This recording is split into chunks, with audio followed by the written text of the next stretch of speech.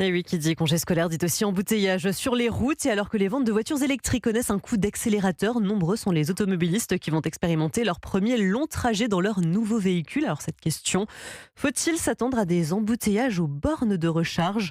Bonne nouvelle, les acteurs se veulent optimistes et rappellent les bonnes pratiques. Aurélien Fleureau.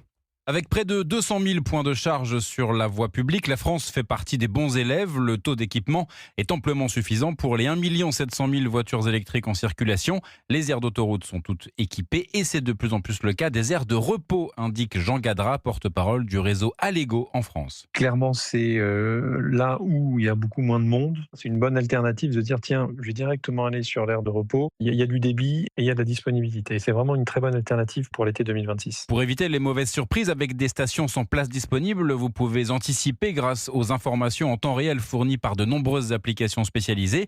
Et puis pour vous faire gagner du temps, des saisonniers sont mobilisés sur certains réseaux, comme l'explique Sarah Woodhouse, directrice France de Fastned. Les capitaines de recharge, ce sont des personnes qui vont accueillir ces conducteurs de véhicules électriques jusqu'à fin août. Ils vont partager par exemple la bonne pratique qui est de s'arrêter à 80%. Ça permet d'optimiser le temps d'arrêt et le temps de recharge du véhicule. Puisqu'au-delà de 80%, la charge de votre batterie sera bien plus lente. Mieux vaut privilégier un arrêt supplémentaire de quelques minutes en ayant en tête que la charge rapide permet en moyenne de récupérer 300 km en 15 minutes.